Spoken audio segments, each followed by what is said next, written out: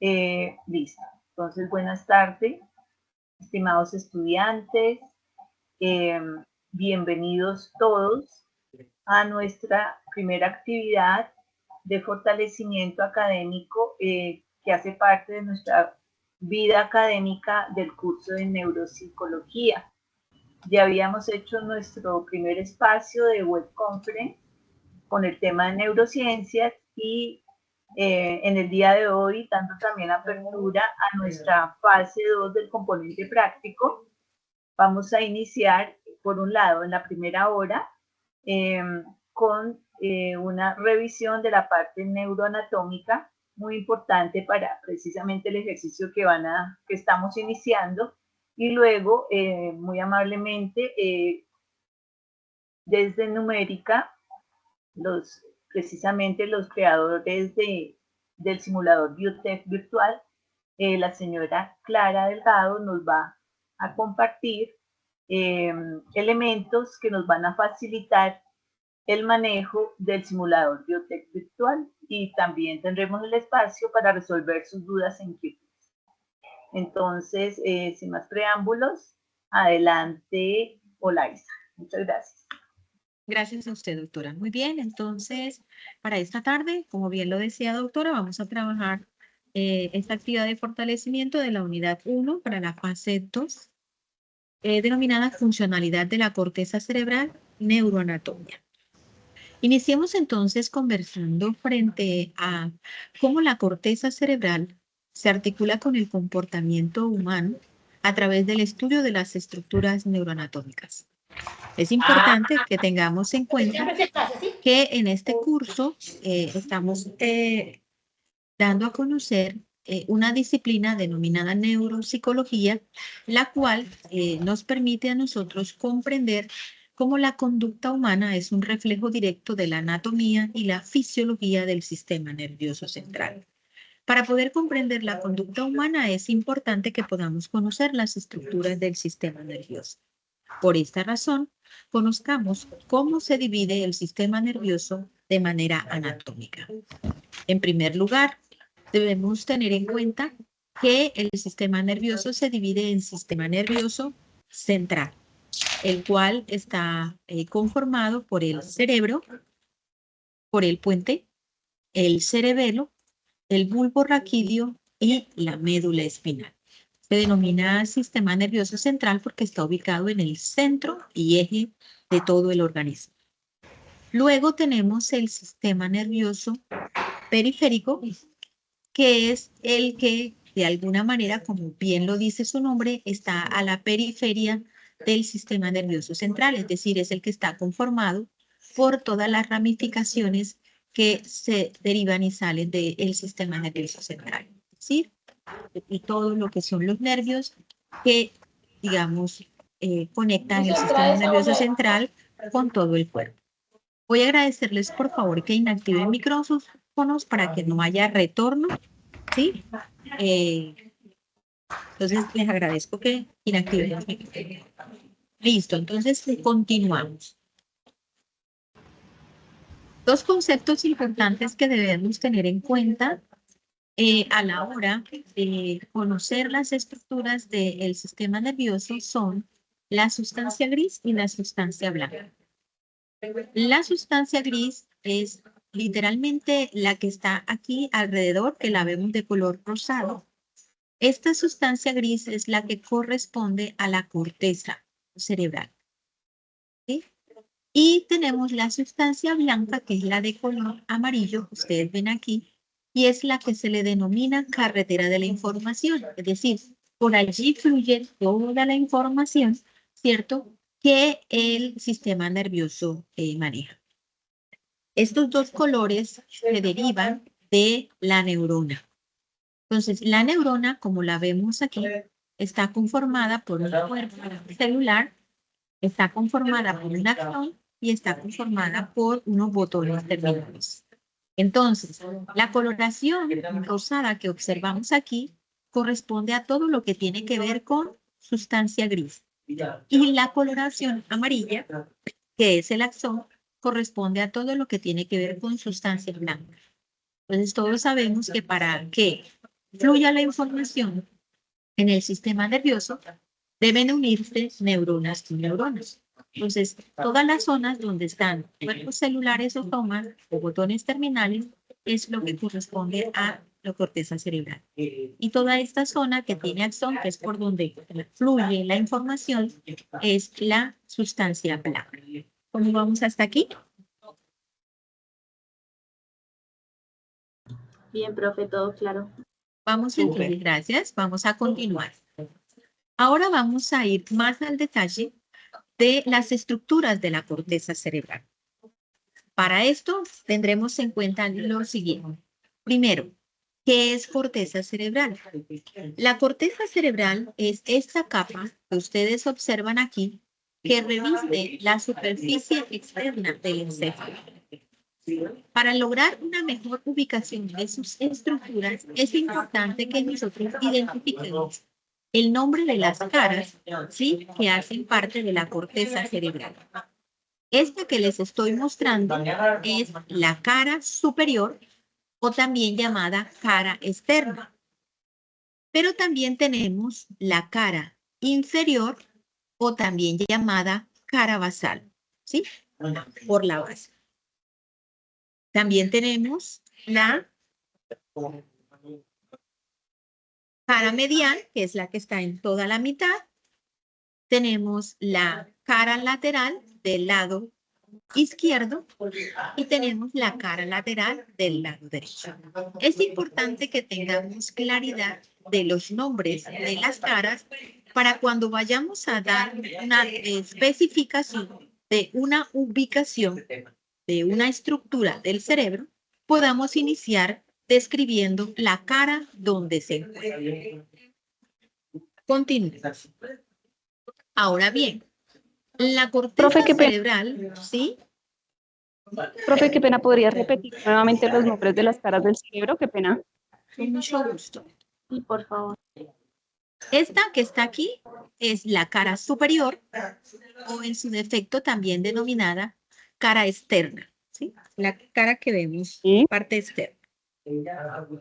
Esta que vemos aquí es denominada cara inferior o en su defecto también se llama cara basal. Basal de base, o sea, la base del cerebro. Luego continuamos con la cara medial, o sea, la parte media del cerebro. Luego tenemos la cara lateral, pero de este lado estamos viendo la cara lateral izquierda y de este lado estamos viendo la cara lateral derecha. ¿Quedó clara? Sí, señora. Perfecto. Sí, Muy profe, bien. señora. Listo. Continuemos. Les mencionaba hace un momento que la corteza cerebral, que es la imagen que están observando aquí, está organizada en pliegues y rugosidades. Entonces, todo esto que ustedes ven aquí, ¿cierto? Son pliegues y rugosidades. Y estos pliegues y rugosidades permiten que el cerebro pueda insertarse en el espacio limitado del cráneo. Si el cerebro no contara con estos pliegues y estas rugosidades, sería imposible, ¿sí?, que él pudiera introducirse dentro del cráneo. Estos pliegues de la corteza cerebral que observamos aquí tienen nombres, ¿sí? Los nombres de estos pliegues son fisuras, surques y circunvoluciones. Ahora más adelante voy a detallar cada uno de ellos. Por ahora es importante que sepamos que forman parte importante dentro del cerebro porque permiten que el cerebro pueda tener una forma, ¿cierto?, que facilite que se introduzcan en el espacio del cráneo. Es como si ustedes tuvieran esta hoja de papel y esta hoja de papel fuera el cerebro en un estado totalmente liso. Entonces, si tomamos y lo arrugamos, sigue manteniéndose el mismo tamaño de la hoja de papel, pero ya en un espacio más reducido. Entonces, eso hacen los pliegues. Permiten que dentro de ese espacio limitado del cráneo pueda estar toda la superficie que conforma el cerebro. Continuemos. Vamos a hablar primero de cisuras, ¿sí? Cuando hablamos de cisuras, decimos, ¿qué son cisuras? Las cisuras son hendiduras profundas y estas hendiduras profundas dividen al cerebro. Veamos la primera cisura que tiene nuestro cerebro. La primera cisura es esta que ustedes ven aquí de color verde y esta cisura recibe el nombre de cisura interhemisférica. Esta cisura divide el cerebro en dos. Divide el cerebro en hemisferio derecho, hemisferio izquierdo. Cisura interhemisférica. Continuemos. Ahora vamos a hablar de otras cisuras que encontramos en el cerebro y que también hacen una división de este. Vamos a evidenciarlas y en esta parte para que participen.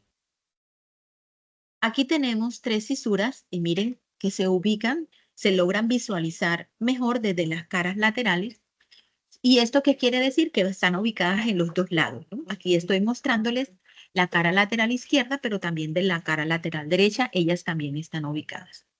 ¿Cuáles son estas cisuras? Tenemos esta que está aquí, que se denomina cisura de Rolando. Tenemos esta aquí, que se denomina cisura de Silvio. Y esta que está aquí, que se denomina cisura parieto-occipital. Si la cisura interhemisférica que hace un rato les mostré, que es esta, divide al cerebro en dos, hemisferio derecho y hemisferio izquierdo, yo les pregunto, ¿estas cisuras que les estoy mostrando, cómo dividen al cerebro? En hemisferio frontal, Profe, el occipital.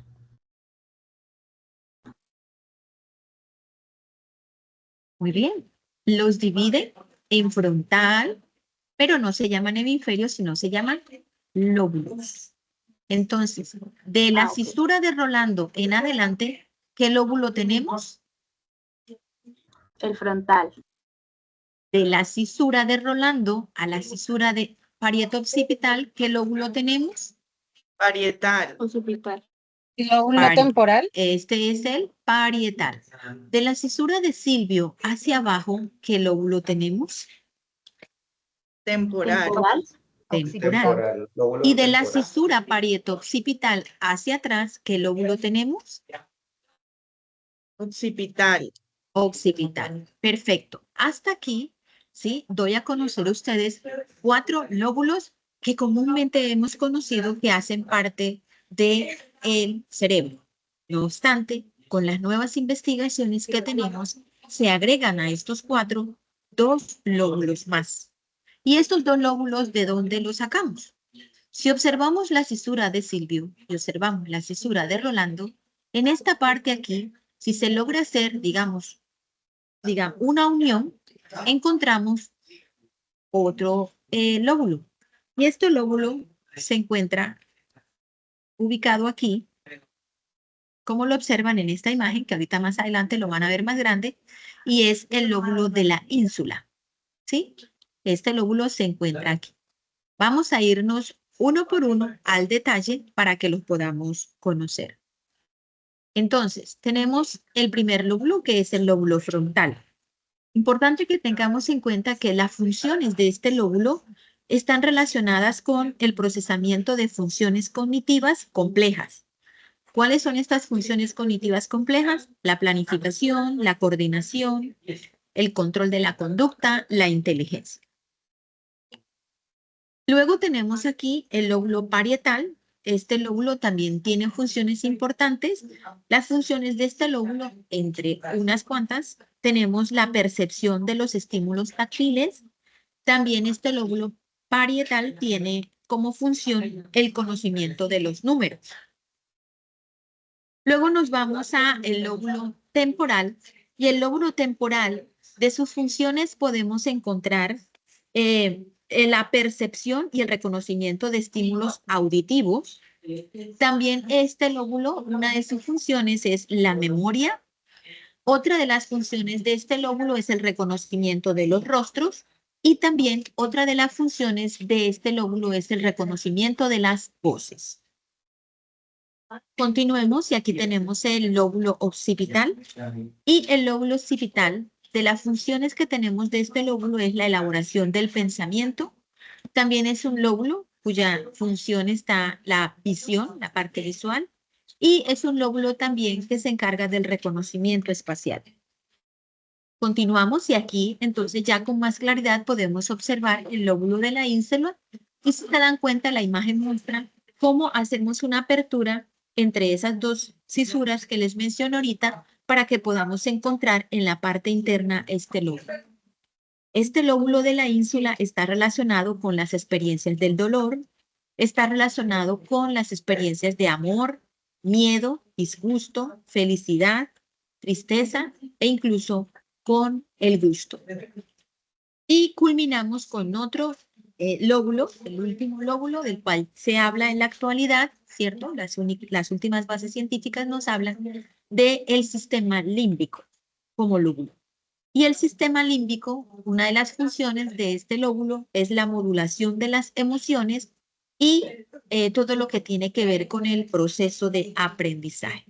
Con esto, mis queridos estudiantes, estamos entonces hablando de que hay 6 lóbulos que conforman la estructura, ¿sí?, de nuestro cerebro. ¿Cómo vamos hasta aquí? Profe, Muy bien, ¿me profe. podrías recordar muy Muy rápidamente bien. las funciones del glóbulo frontal?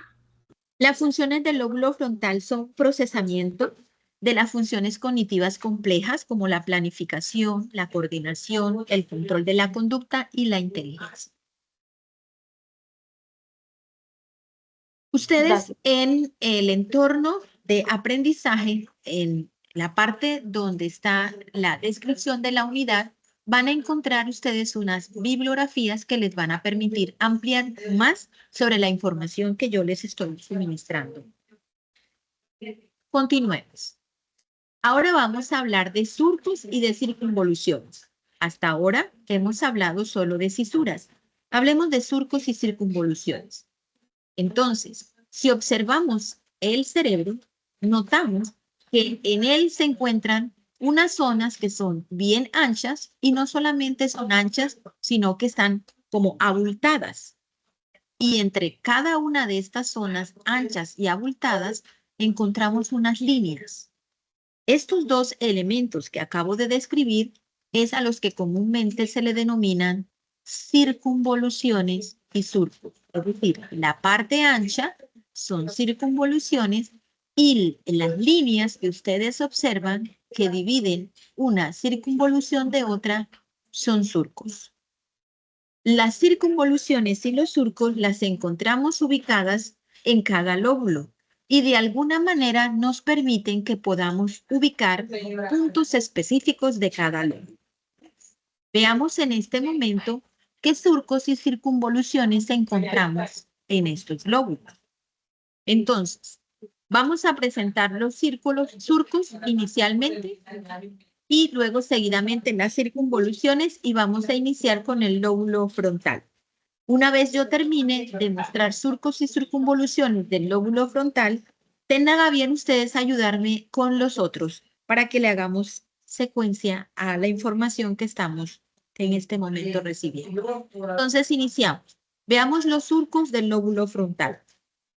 1, 2 y 3. Estos son los surcos que tiene el lóbulo frontal. Veamos ahora cuáles son las circunvoluciones que tiene el lóbulo frontal. Y encontramos una, que es la circunvolución frontal inferior. 2, circunvolución frontal media. Y 3, circunvolución frontal superior. Les pregunto, ¿recuerdan cómo se llama esta cisura? Surco. ¿Esta cisura recuerdan cómo se llama? Rolando. La Rolando. Muy bien. Entonces, esa cisura que está antes de, se llama circunvolución prerolándica. ¿Listo? Entonces tenemos ¿cuántos surcos y cuántas circunvoluciones en el lóbulo frontal?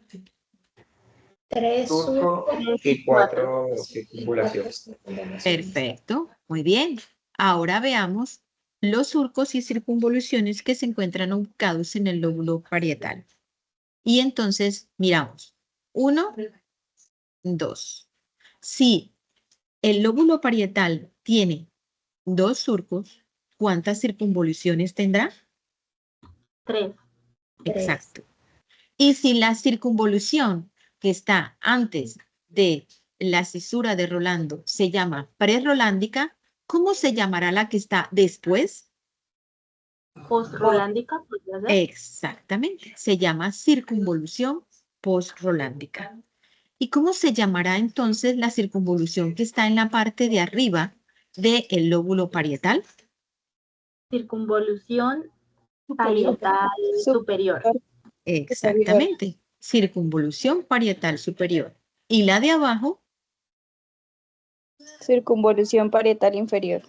Excelente. Muy bien. Circunvolución parietal inferior. Veamos ahora el lóbulo temporal y miremos cuántos surcos tiene. 1, 2. Igual, si tiene 2 surcos, ¿cuántas circunvoluciones tendrá? 3. 3. Perfecto. ¿Y qué nombre recibirá? Si vamos de abajo hacia arriba. ¿Me ayudan, por favor? Circunvolución temporal superior, circunvolución temporal media y circunvolución temporal inferior. Excelente. Ahí las tenemos. Mire. Perfecto. Muy bien. Y finalizamos con el lóbulo occipital. Y mire, aquí tenemos 1 y aquí tenemos 2. Y exactamente hacemos el mismo ejercicio. Y aquí tenemos circunvolución occipital inferior, media e inferior. Entonces, si se dan cuenta, estos surcos, estas circunvoluciones y estas cisuras representan puntos específicos del cerebro que nos van a permitir nosotros ubicar zonas específicas del cerebro para, de una manera más localizada, digamos, definir dónde están las zonas que generan estímulos para que se dé una conducta. Miren la imagen del cerebro y contrástenla con lo que acabamos de hacer. ¿Sí será que están ahí las cisuras y las circunvoluciones que acabamos de hablar? Sí, si uno lo mira bien y lo compara con el anterior, se pueden diferenciar. Exactamente, muy bien. Entonces, es importante que podamos ubicar en estas estructuras, porque al ubicar estas estructuras nos será mucho más fácil poder señalar puntos específicos. Vamos a continuar. Miren, ahí ya están ubicadas como se las mencioné hace un rato. ¿Listo? Vamos a seguir. Con estos puntos que les acabo de mencionar, ¿sí? Nos es más fácil ubicar las estructuras que conforman la corteza cerebral. Veamos ahora mayor profundidad, salgámonos de la corteza y vámonos a profundidad del cerebro y veamos qué encontramos. ¿Sí? La corteza cerebral se organiza en diferentes áreas funcionales. Si ustedes observan esta imagen, notamos, ¿sí?, que el cerebro está compuesto por muchísimas neuronas. Y cuando hablo de muchísimos, estoy hablando de millones de neuronas, ¿sí? Y todas esas neuronas se conectan unas con otras. Si logramos observar esta imagen, que es la que realmente tenemos dentro de nuestro cerebro, a simple vista diríamos cómo es que se logra esa comunicación entre una neurona y otra y cómo es que se forma la conducta. Entonces, aquí es importante que podamos comprender que todo esto que ustedes observan aquí, aunque se vea desordenado, está ordenado. ¿Y cómo está ordenado? Está ordenado por áreas.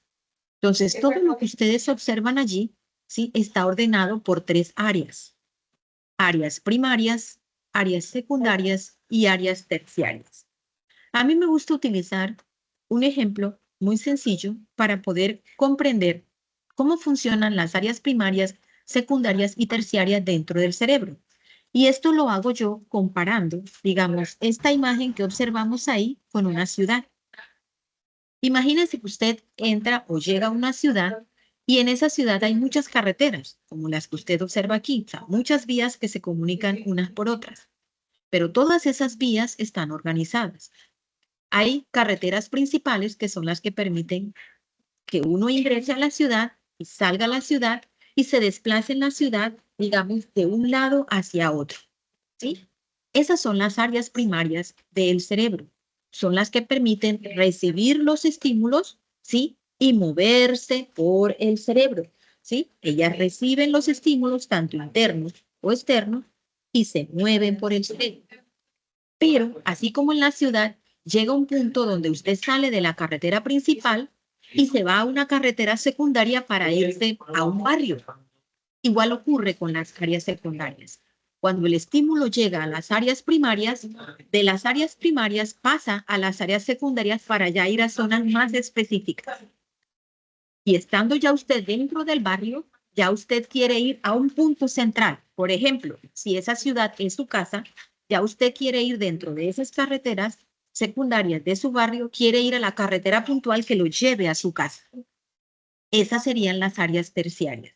Entonces, de esa manera es que se conectan, ¿cierto?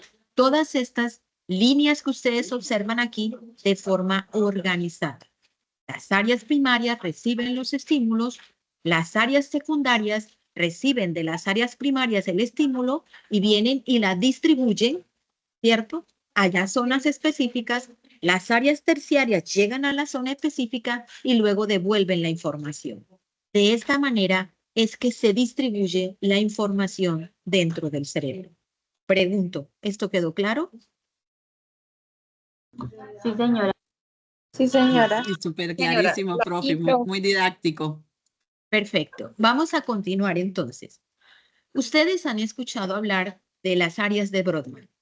Dentro de las zonas primarias, secundarias y terciarias que yo les acabo de mencionar, encontramos las áreas de Brodmann. De acuerdo con la función que cumpla cada una de estas áreas de Brodmann, ellas se podrán diferenciar según qué, según el área que sea. Las áreas primarias se le denominan áreas de proyección.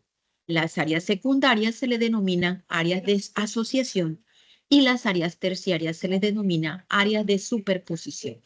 Es decir, la clasificación de las áreas de Brodmann está organizada por números para poder diferenciarlas dentro de la corteza cerebral. Sin embargo, en esta imagen que les estoy mostrando, no solamente les coloco números, como están divididas ellas, sino que también les coloco colores para que ustedes se puedan dar cuenta cuáles son primarias, cuáles son secundarias y cuáles son terciarias. Entonces, en este caso, les digo, según el ejemplo que les estoy mostrando, las áreas que están de color rojo son áreas primarias, es decir, son áreas que reciben estímulo, ya sea interno o externo. Las áreas de color verde son áreas de asociación, es decir, se conectan con las áreas primarias para ir ya a más especificidad hacia el punto exacto de respuesta de la conducta. Y las últimas áreas, que son las áreas de color naranja, son áreas de asociación que te llevan específicamente al punto que produce la conducta. De esta manera es que nosotros podemos identificar exactamente esas áreas de Brodmann, qué función cumplen. Las áreas de Brodmann no solamente están ubicadas en la cara lateral, ¿sí?, del cerebro, sino que también las encontramos en la cara medial, es decir, dentro del cerebro. Científicamente comprobado, hay 47 áreas ubicadas y descritas con su función. Cada una de estas áreas emite, ¿cierto?, una función importante para generar una conducta y un comportamiento. Paso en este momento a describirles cada una de ellas para que podamos identificar exactamente el punto donde se encuentra. Entonces empezamos. Aquí tenemos el área 1, 2, 3.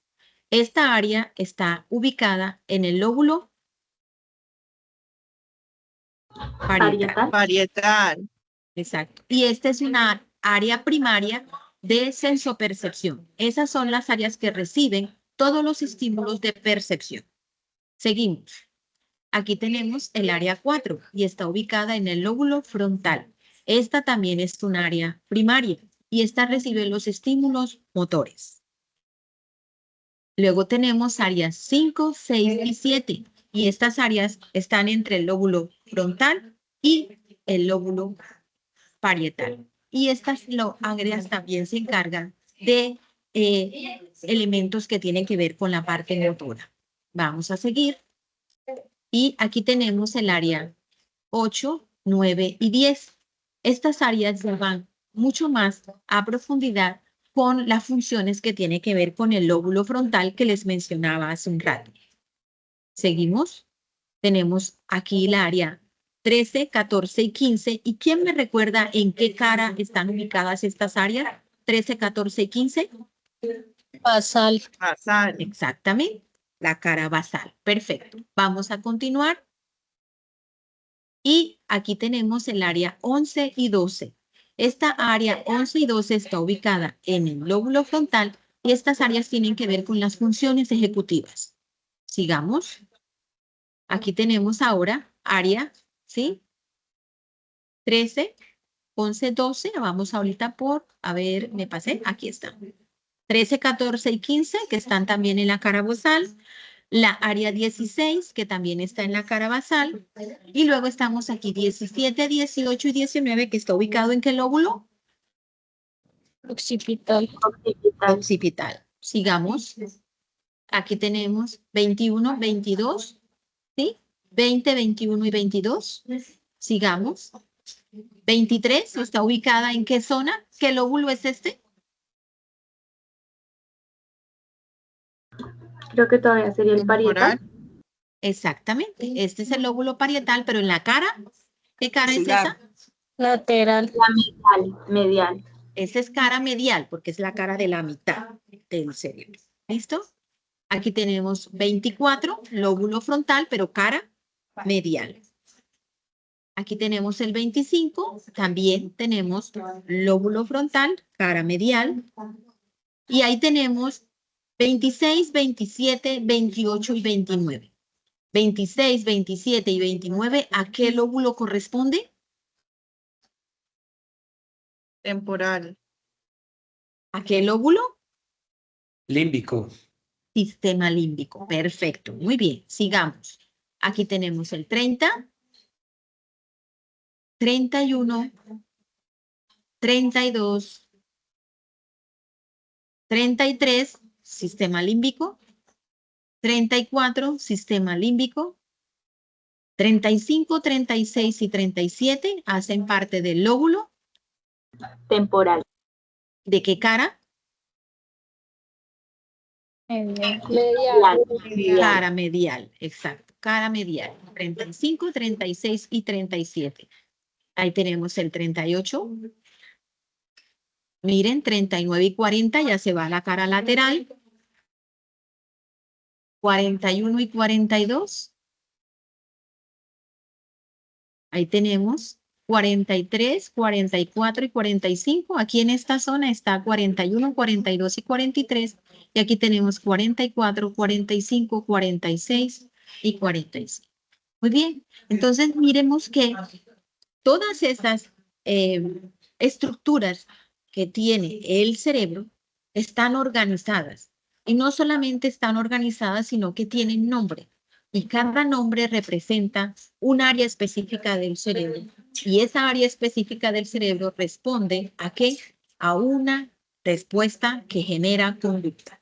Entonces, es importante que conozcamos esto, porque ustedes, ahorita que ya les van a explicar el simulado, ustedes deben ubicar estructuras dentro del cerebro y es importante pues que ya indaguen más a profundidad sobre los nombres de cada una de estas áreas para que cuando vayan a ubicar en el simulador no solamente las ubican con números, sino que también les den el nombre. Y de esta manera podrá ser para ustedes, digamos, ampliar más la información. Si ustedes observan esta imagen que está aquí, ya nuevamente tenemos todas las áreas, pero también se las he dividido por colores y en los colores estamos hablando de qué? De que de acuerdo al color, esas son las funciones que cumplen ellas de acuerdo a si son primarias, secundarias o terciarias. Entonces, las de color amarillo entran a formar parte de las ejecutivas. Las de color verde entran a formar parte de las áreas que conforman todo lo que tiene que ver con la memoria.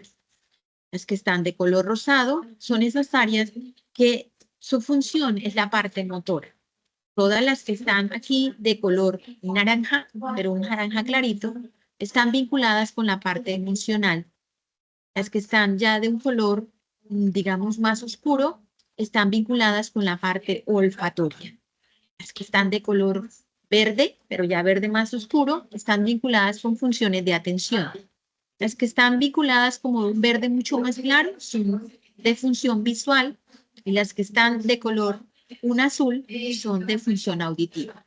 Aquí en esta zona encontramos unas grises, ¿sí? Y son las somatosensoriales que están literalmente ahí ubicadas en el sistema límbico y hay algunas que faltan por determinar. Entonces, de esa manera nos damos cuenta que hoy en día, ¿cierto? Cuando hay una lesión a nivel cerebral, no solamente se logra identificar el punto exacto de la lesión cerebral, sino que con esto que les acabo de describir, se puede ubicar el punto exacto de la lesión cerebral y qué conducta va a quedar afectada después de esa lesión.